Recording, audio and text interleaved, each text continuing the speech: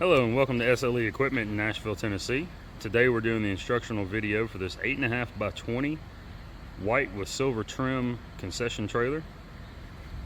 First thing we're going to talk about today and go over is power supply. So please be mindful, this is a 240 volt system.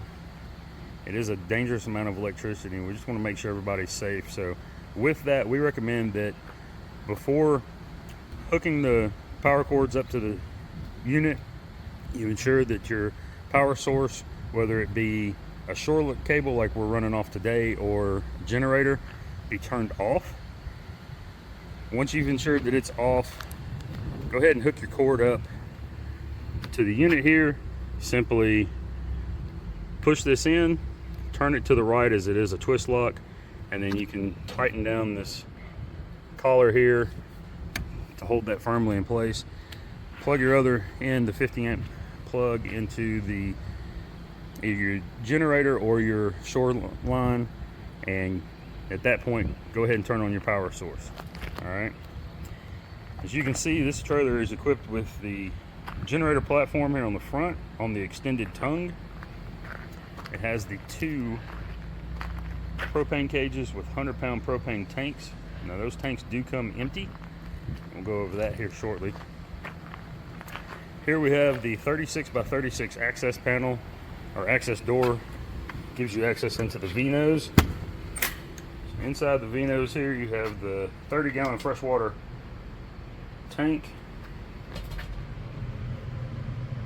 Water pump over here in the corner. You can see the bottom of the sink and all the plumbing. And the opposite side over there you have the water heater. Here's your electric panel. And I'll show you on the electric panel. As you can see here, all the breakers are labeled as to what's what. And next to the electric panel, we have the inverter charging box. So that inverter charges the 12 volt system anytime that the unit is hooked up to a power supply.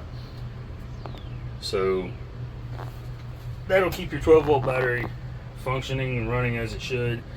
The fuses for the 12 volt system are underneath the lid here over top of the battery. The 12 volt system operates all your interior and exterior LED lights, and then it also operates the water pump and the electric fan that you have here, the vent fan. All right, real quick we'll go over the plumbing lines here. So this is your main drain line, or your main supply line, sorry. You can see the handle is in line with the plumbing line there. That means that valve is open. This line here, this is your blowout valve and line. This handle is not in line with the plumbing line here, so that valve is closed. When you get ready to go through the blowout procedure, you'll just simply connect your air fitting here. This is primarily for the winterization process, and you'll get that video separately to walk you through that process. And then this line here, this is your drain line. It drains the wastewater tank, or I'm sorry, the freshwater tank here. And as you can see, that goes through the floor and it comes out the bottom of the unit. So that allows you, if you open this handle up, it'll drain all the water out of the waste tank, or freshwater tank, sorry. All right, and then of course your supplied power cord that comes with the unit here in the front. Next up, we're going to take a look at the water access panel. Simply unlock this. So if you're filling up the freshwater tank, simply remove this cap, insert a hose here, fill the tank, again 30 gallons, and then remove your hose, replace your tank once you're done filling it. If you have access to a pressurized system, you can utilize that here. It's just a typical garden hose fitting. As you can see here, it does have a screen filter on it. Connect there. That supplies water directly to the water heater and then the water pump and onto the faucets there. It just bypasses the freshwater tank altogether. All right. And this key will be hanging around the faucets whenever you take possession of the unit. Let's get a look down the side right quick here. All right, up top here at the front, you can see the LED floodlight. And then we have the 30 by 30 horizontal sliding window. Come down here, we have the waste tank drain. So this waste tank drain, this cap, just remove that cap and you can hook a 3-inch hose up there. You can buy that hose at any RV and camping supply store or Amazon, Walmart, any of those type places. Once you've hooked your hose up here, pull this handle out. That'll allow the contents of the waste tank to drain. Once it's completed, push the handle back in, remove your hose, put your cap back on, and you are good to go there. All right. Up here you see another LED light. The exhaust fan for the exhaust hood inside the unit. And then another LED floodlight on the corner there. And then here we have the two 7,000-pound axles. Steel wheels that are white in color. Quick note on these wheels or axles here. Right behind this rubber cap in the center there, if you pull that cap off, there's a grease fitting back there. You have one on each wheel. So once every 10,000 miles to 1 year, whichever comes first, you'll need to pull that cap off, take your grease gun, connect to that grease fitting, and grease the bearings and hubs good. That way it keeps those in proper working order, okay? Helps prevent damage and ultimately failure of those items, okay? Come on around to the back here. Have the 8-foot wide cargo ramp and then the LED floodlight at the top. So to open this ramp door, this side is already unlatched. It's going to function just the same as this side though. So I just want to demonstrate this for you real quick. Flip that up, grab your handle, push up, push that off to the side. Do not stand underneath the door as you're lowering it. It does have a cable on each side that helps support it and keep it from just falling, but in case something fails, this is a heavy door, so you don't want to be underneath it when it falls. All right. So we'll open it to that point. Just want to show you that it does open and as it properly should.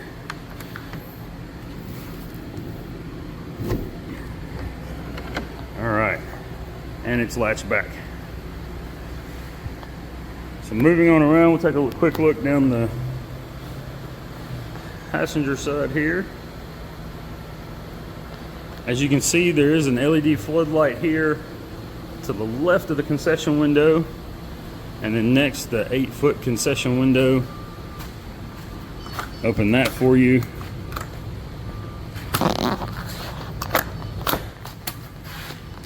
It does take 2 hands to open that. Inside you have the 4 separate windows there. Each window unit has 2 panes of glass, one for the top, one for the bottom, and then it also has a screen in the center there. So you can have those open shut however you like, whatever configuration there. And then next you have another LED floodlight here between the door and the concession window. LED floodlight at the front of the unit on the other side on the front side of the door.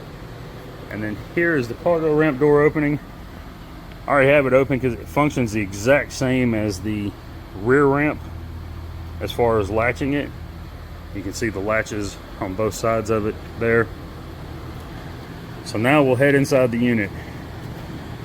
So real quick before we do walk in, we're going to start into the gas propane system here.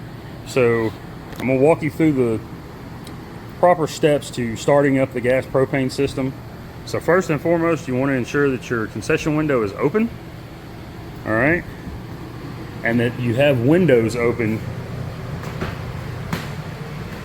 so that air can flow through there. So I'm gonna go ahead and open up a couple of these now. All right, so now that we've opened up a couple of windows, now we're gonna turn on our exhaust hood. And that switch is right here on the wall, straight across basically from where you enter the unit. The two LED lights on the hood come on when you flip the switch on for the exhaust hood. All right, so once we've opened our window, turned on our exhaust hood, now we want to go through and we want to check all of our appliances. And I understand on this trailer there's going to be 4 fryers that go in. So the fryers, they don't have free-flowing pilot lights. You have to manually turn that pilot light on and light it. So with that, just make sure that the pilot light button is in the off position and your temperature selector's knob is in the off position on each of those fryers. And so for my purposes today, the only valves I have are the gas valves here. There's 2 there, 2 more down here. Since I don't have any equipment in here, those gas valves are closed right now. Once you receive the unit, you'll have those open. All right. Now, you can turn those valves and close those off if you desire at any point. That's completely up to you. But they will be under and kind of behind the fryers. So just wanted to point that out though real quick. But all right, so we've gone through, we've opened our windows, turned on our exhaust hood, made sure that all of our appliances, the knobs are in the off position. So at that point, now we're ready to exit the unit and come out here to the propane tanks. So as I said, these are 200-pound propane tanks. When you receive these tanks, they are empty. So the first thing you're going to need to do is with the tanks is take them to a licensed certified dealer to have them filled. We recommend using someone who is licensed and certified because for a variety of reasons. One of them being that a 100-pound propane tank holds approximately 23 gallons of propane. So you want to make sure that you're using somebody that knows what they're doing, that's not going to overfill these and can fill these properly. If these were to be overfilled, you risk damaging either the valve on the tank or the regulator on the unit there. Okay, so first step we're going to do, come here, turn this knob all the way on, open that valve fully. All right, and then once we've got that valve fully open, we're going to come right here to the vent. We're going to kind of listen right here, make sure that we don't hear any gas hissing out of here or smell an abnormal amount of propane coming from here. If we do, you potentially have a bad regulator. You'll need to shut the valve back off on the propane tank and have the unit serviced by your local gas company. All right. This checks out though. The next thing you're going to do is come here, turn the valve on. So again, if this handle is in line, that valve is open. If it's not in line, that valve is closed.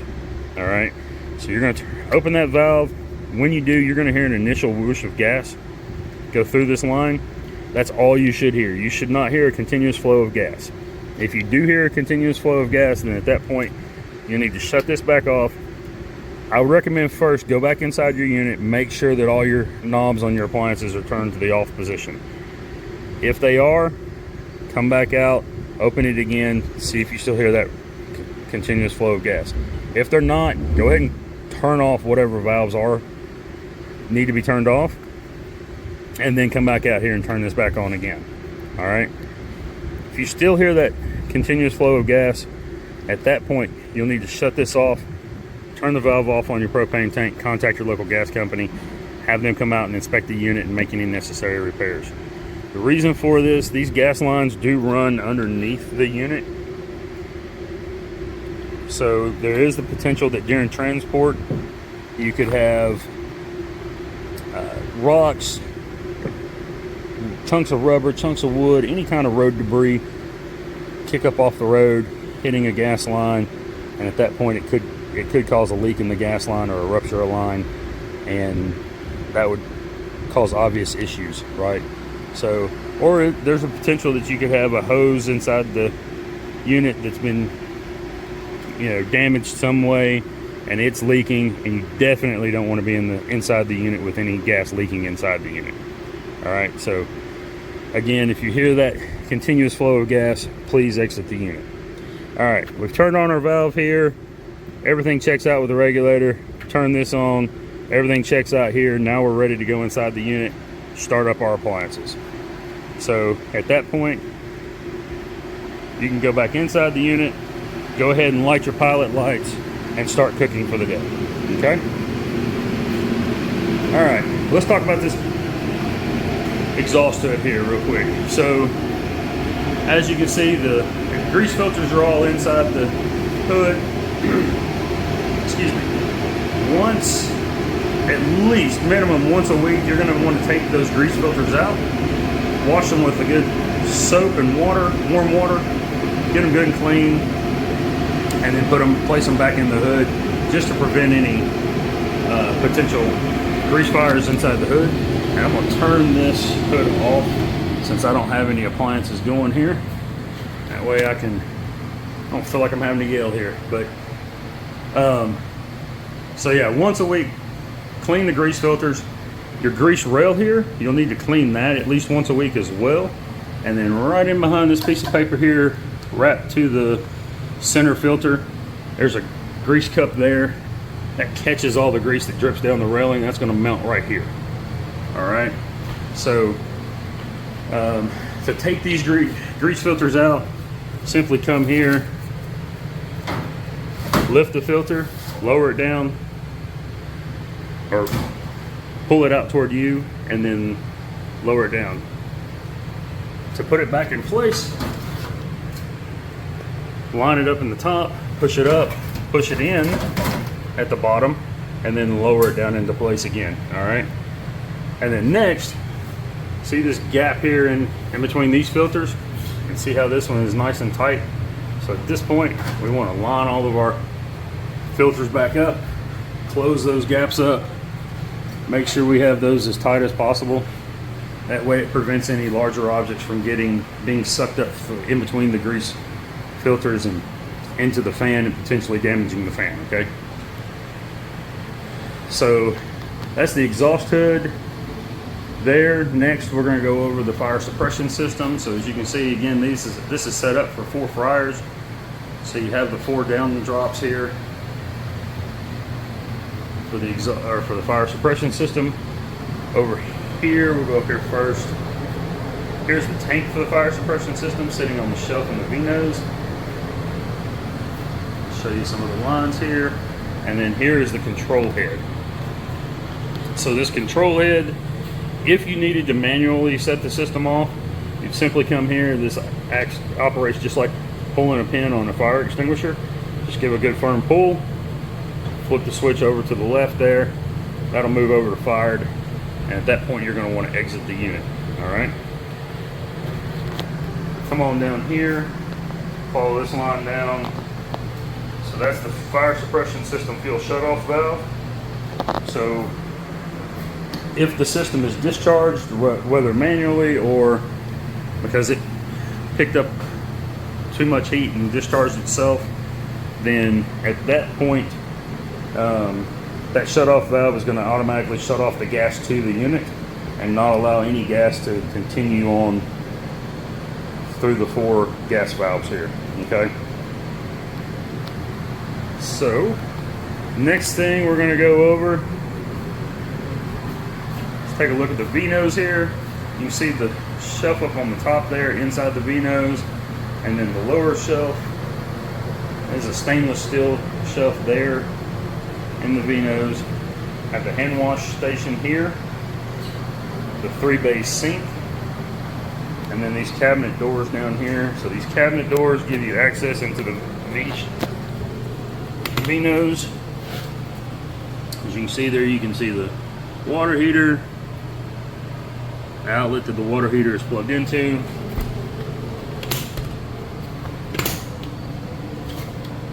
Just a 30-gallon freshwater tank there. And then on this side, Here you can see the plumbing lines, water pump over there in the corner. All right. The 3-bay sink does come with the drain sides on it here, so any water that gets up here will be funneled back down and down into the sink on the end. Same thing for the other end of the sink there. And then let's go ahead and demonstrate this water. Cold water side, good steady flow. Real quick, before turning on your water, you're going to want to turn on your water pump. That switch is right here on the wall below the hand wash station. Okay, just turn that to the on position, and then we'll check the hot water side. While that's running, I'm going to go ahead and get a temperature reading here, just to demonstrate the pump is working. Oh, we want that on Fahrenheit.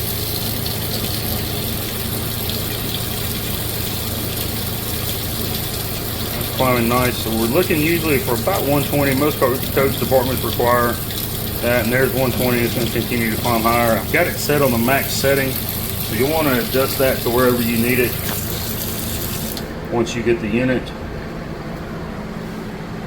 And we'll demonstrate the water over here. Hand wash station, cold water side. Everything functioning as it should. So let's talk about the hot water right quick. So before you start or plug in your water heater for the day, first thing you want to do after you've plugged the unit up, probably the next thing you want to do is come inside, turn the hot water spout or handle on. Make sure you have a good steady flow of water coming from the faucet like you see there. If it's spitting and sputtering, let that run until you can see that good continuous flow. That continuous flow tells you that the water heater is full of water now. And so at that point, once you know that it's full of water by seeing that continuous flow, you can then plug in your water heater safely without running the risk of damaging the heating element because it's trying to heat nothing. So if you were to plug that in and the water heater wasn't full, it's not going to have the water in it to heat, so you run a high probability of burning up your heating element and then incurring an extra cost that could be avoided. So what I recommend to everybody is at the beginning of the day, first thing you do, just make it a habit, come in, check your water, make sure it's got a good steady constant flow, then plug your water heater in, and then at the very end of the day, unplug your water heater as one of the last things you do before shutting the unit down. You've got to go into you're going to go into the V-nose to store away the cord there.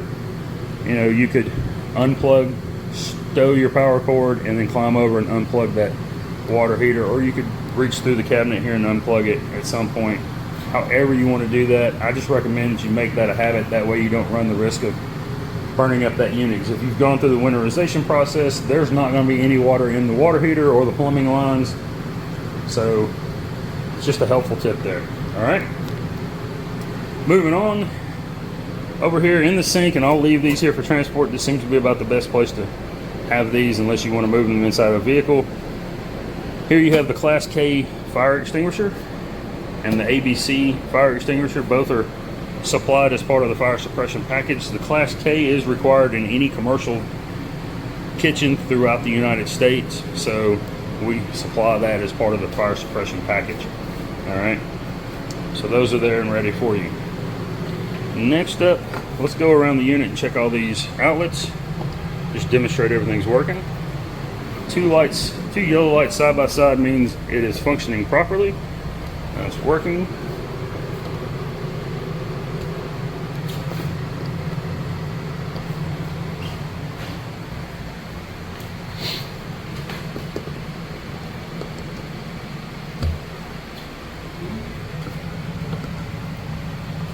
All right. Come over here. Real quick, this switch here, this turns on the rear LED light that you saw above the rear cargo door or ramp door there. So just want to show you where that's located at. 2 lights there. Come down here. Good. Good.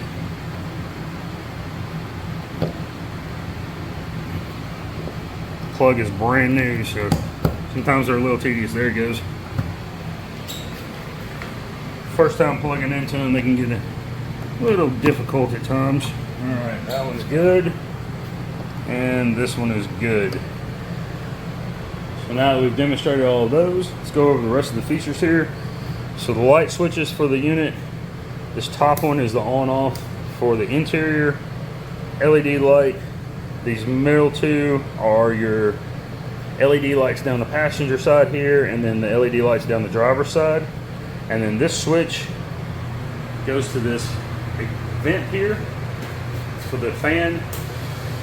So you just turn that knob right there to open that vent, and then you can turn that vent on, or that fan on. It's just a motorized fan, and have it running. So again, that is on the 12-volt system along with the interior and exterior LEDs and the water pump. All right. Speaking of the LED lights, we have 1, 2, 3, and 4 LED lights inside the unit. Here we have the AC and heat unit. So this first knob right here, that's going to be your off. High cool, low cool, high heat, low heat, high fan, low fan. Speak I can sometimes. This switch here is a directional switch, so you can turn, if you flip this toward the outside of the unit there, that will shut off air from flowing out this end. Same thing with this switch, it shuts off air flowing from this end. So you can have this end closed, that end open, that end closed, this end open, both open, whatever combination there. I will tell you, with this end being as close as it is to that exhaust hood, most of the air coming out of this end is going to get sucked right into that exhaust hood and right up through your roof. So you may want to have that closed, this end open, let it blow air into the V-nose there, and then kind of circulate back some to help cool the unit. All right. The unit is, or does have, rubber coin flooring inside of it, and then you can see the silver walls all around, rubber coin flooring on the ramp door, and then the silver roof as well. Very good looking unit here with the white trim on the cabinets there. All right, that is, oh, one last thing. So up on the wall here, a couple of the last things actually. Here on the wall, you'll see this sticker. It has some safety guidelines and procedures for general safety and maintenance, startup procedures, shutdown procedures, and then things to check before transit. So we went over the startup procedures. Shutdown procedures for the gas are going to be basically opposite of what you do to start it up. So the first thing you're going to do is go through, and like with this unit, it has 4 fryers. Again, those pilot lights have to be manually turned on and lit, and then manually turned off. So you're going to want to go through and turn off all 4 of your pilot lights. Make sure your knobs, for your temperature knobs, are in the off position. And then once you've done both of those things, just verify that that pilot light goes out. At that point, exit the unit, go back up to the front, close the valve on the gas line, and then close the valve on the propane tank there itself. All right. So that's how you'll shut down the gas. And then come back in, verify that your pilot lights are off and that all the knobs on your fryers are in the off position. Okay, just a double check to make sure, because there are 2 tanks on this. If you've closed one off, you had both of them turned on, and you turned one of them off but left a valve open on the other one, it would still be supplying gas to the fryers. And if you didn't get a pilot light turned off, or if you had the pilot light turned off, but you left the temperature knob not turned off, gas would still be flowing into the unit, all right? And you just want to make sure that you don't have that issue. All right, so if you have that, if there is gas flowing into the unit, you should smell it if you're inside the unit. However, we do have a backup here. I forgot to plug this in on the wall before I started this video, but this is the carbon monoxide alarm and explosive gas alarm that comes with the unit. You see the 0 there? That 0 means it's not reading any gas. Great thing. That's what you really would want. It will occasionally flash LB. If it flashes LB, that just simply means low battery. The battery for this one I have in my hand here, it will be laying with there's the flash for LB, the beep. I will have it and the manual up here in the V-nose for you. That way those don't get lost.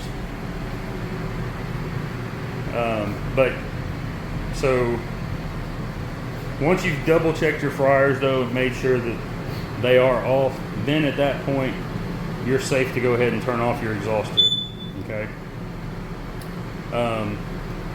That alarm will be in here. Now I'll show you on the back of this alarm. This plug here does remove from there. There's extra cord in behind here for that plug so that you can have it plugged into the wall, and then this mounted somewhere on the wall within reach of that cord. And then on this side of the back here, underneath this cover is where the battery goes, and currently there is a mounting kit in there to mount this on the wall if you desire. All right, so there we go, there's that. So we've gone over the shutdown procedures for the gas. We've talked about the water heater and unplugging it at the end of the day. So at that point, you're just left with, just routine cleanup, maintenance, shut down for the end of the day. And then the last thing I want to talk about is before you put this unit into transit, you're going to want to make sure you check your lugs, make sure they're tight, check the tire pressure, make sure that's where it should be. Make sure any hoses, drain hoses, drain hoses are disconnected and stowed away. The power cord is disconnected and stowed away in the V-nose, things of that sort, before you transit or transport the unit from one point to another.